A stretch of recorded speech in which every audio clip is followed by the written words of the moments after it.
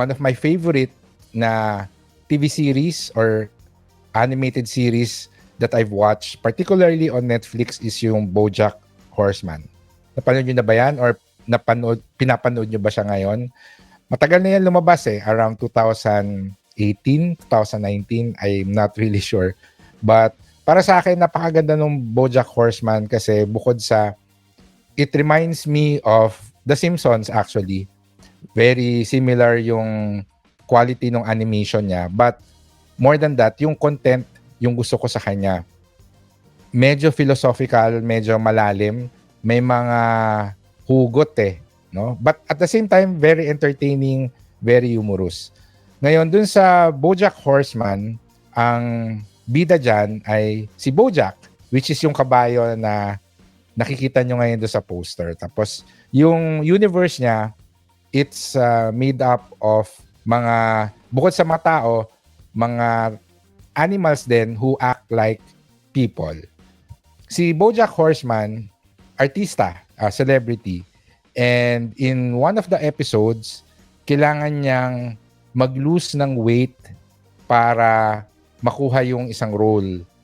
So, since medyo pabaya si BoJack Horseman sa kanyang katawan, nag-set out siya to exercise. And nagsimula siyang mag-jog every day. During the season finale, nung season 2, yung last episode ng season 2, pinakita siyang nagja-jog, tapos sobrang pagod niya, sobrang exhausted, and then tumumba siya, no? Or hindi, napagod siya, so humiga siya. And I actually have a comic strip nung particular scene na yon. So, yung panel natin dun sa upper left, yan, kung makikita ninyo. So, napagod siya, humiga siya. So, nakahiga siya, tapos gusto niya na mag-give up. And then, merong lumapit sa kanya, no? Si Jogging Baboon. Yun yung pangalan ng character. May lumapit sa kanya na unggoy, and then may sinabi sa kanya.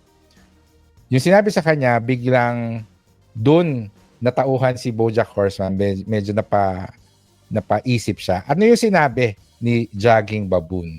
And yan yung ating quotable quote for today, no?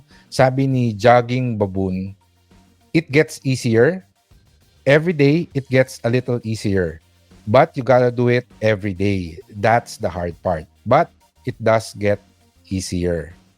So napakaganda nung sinabi niya na yung mahirap na ginagawa niya, magiging madali yan. Habang ginagawa mo siya parati, nagiging madali siya. Ang hirap na part is dapat ginagawa mo siya araw-araw. But I guarantee you, magiging madali siya. And nag-resonate siya sa akin because I remember that a lot of the things that I did in the past, it really required me to be persistent. It required me to be patient. It required me to show up every day before I could learn a particular good habit. Very similar or related siguro dito sa quotable quote na to, yung isa pang quote na lagi kong nakikita sa gym. Ito naman sinabi ni Jim Ryan, no? Motivation is what gets you started. Habit is what keeps you going. Yan. Nakita ko, nakalagay yan sa wall nung Fitness First Gym kung saan ako nag-gym dati. Meron ding impact sa akin yan nung nakita ko. Kasi, totoo naman, karamihan ng mga tao, I would say, nai-inspire na mag-lose ng weight or start a new habit pagdating ng New Year. Yun yung motivation that will get you started. Pero, how do you continue doing that for the rest of the year? Dapat gawin mo siyang habit. Habit is what keeps you going. Or in the case of BoJack Horseman, but you gotta do it every day. And honestly, that's the hard part. Totoo naman, mahirap talaga yan. There have been research on how to learn a habit, and may mga nagsasabi 12 days, 2 weeks, etc. But yung nabasa kong research or paper, ang average length of time for you to learn a habit is around 66 days. And that roughly translates to 2 months. Sabihin na natin na 3 months para mas conservative. So if you're trying to learn a new skill, if you're trying to learn a sport, if you're trying to learn a good habit, then mindset ka or iset mo yung goal mo na gawin mo siya for the next 3 months. I think minsan yun yung reason kung bakit tayo na-overwhelm. Kasi mag-jogging ako every day. Tapos iniisip mo na gusto ko siyang gawing habit forever para maging healthy ako. Merong parang ma-overwhelm tayo. This is something that will really change my lifestyle, etc. Honestly, there could be some resistance sa mindset natin pag ganon. So, in my experience, there is less resistance in my mind if I just tell myself that this is something that I'm going to do for the next 3 months. Sabihin ko, sige, magsisimula ako mag-jog, tumakbo, and then it's something that I plan to do for the next 3 months, every day for the next 3 months. So parang hindi siya ganun kahirap. Ang sinasabi ko sa sarili ko, after 3 months, kung ayaw ko na, pwede ako mag-quit without guilt. But I guess it's a simple hack for us to learning good habits. Kasi once na magawa mo siya every day or magawa mo siya regularly for the next 3 months, I think it would really become part of your lifestyle and it will become a good habit. Pagdating sa personal finance, there are things that where we can apply this concept. The first thing that comes to mind is yung budgeting. Nakaka-overwhelm / nakakatamad mag-budget. Lalo na kung talagang hindi naman natin siya ginagawa before. Nung nagsisimula ako mag-budget ng sweldo ko, siguro it takes me around 3-4 hours bago ako matapos. And at the back of my mind, iniisip ko na Sunday ngayon, dapat nagpapahinga ako or dapat mayroon akong ibang ginagawa, pero I'm spending my afternoon doing my personal finance, doing my weekly and monthly budget.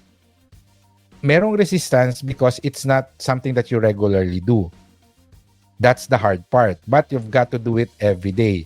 On my end, talagang pinilit ko nung umpisa yung sarili ko na pag uwi ko, sinusulat ko lahat ng naging gastos ko, ina-account ko lahat ng naging expenses ko para pagdating ng Sunday, I can all put it in my Excel file and I will have a good overview and a summary of how I spent for the past week and also plan for my spending or budget for the coming week. Mahirap siya sa umpisa, but it does get better. Pag nasanay ka, may mga steps na nagiging automatic, umaabot sa point na hindi mo na kailangang i-remind yung sarili mo kasi nasanay ka na yun yung ginagawa mo.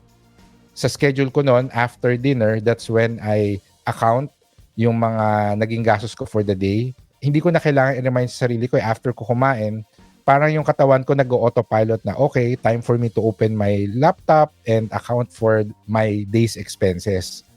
So it gets easier. Pagdating sa pagbabudget na dati umaabot sa akin na 3 hours, 4 hours, ngayon 10 minutes tapos na, even shorter. Particularly because alam ko na rin naman kasi yung mga gastos ko and wala na masyadong nagbabago doon. So pag nagbabudget ako, meron na akong close estimate kung magkano dapat yung tinatabi ko for a particular expense. So try to show up every day. It's always important to dedicate a time to do something that is important to you.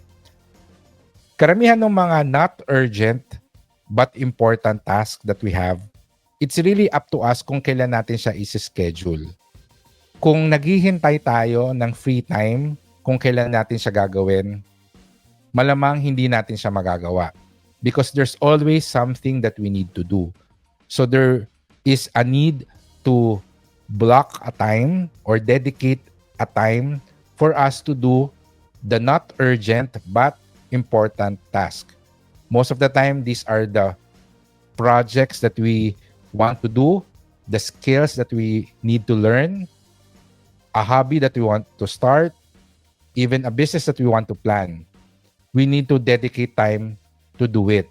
And it will not be easy to do that. May resistance because we are basically changing our routine. However, as the jogging baboon on BoJack Horseman says, it gets easier. Every day, it gets a little easier, but you gotta do it every day. That's the hard part. But it does get easier.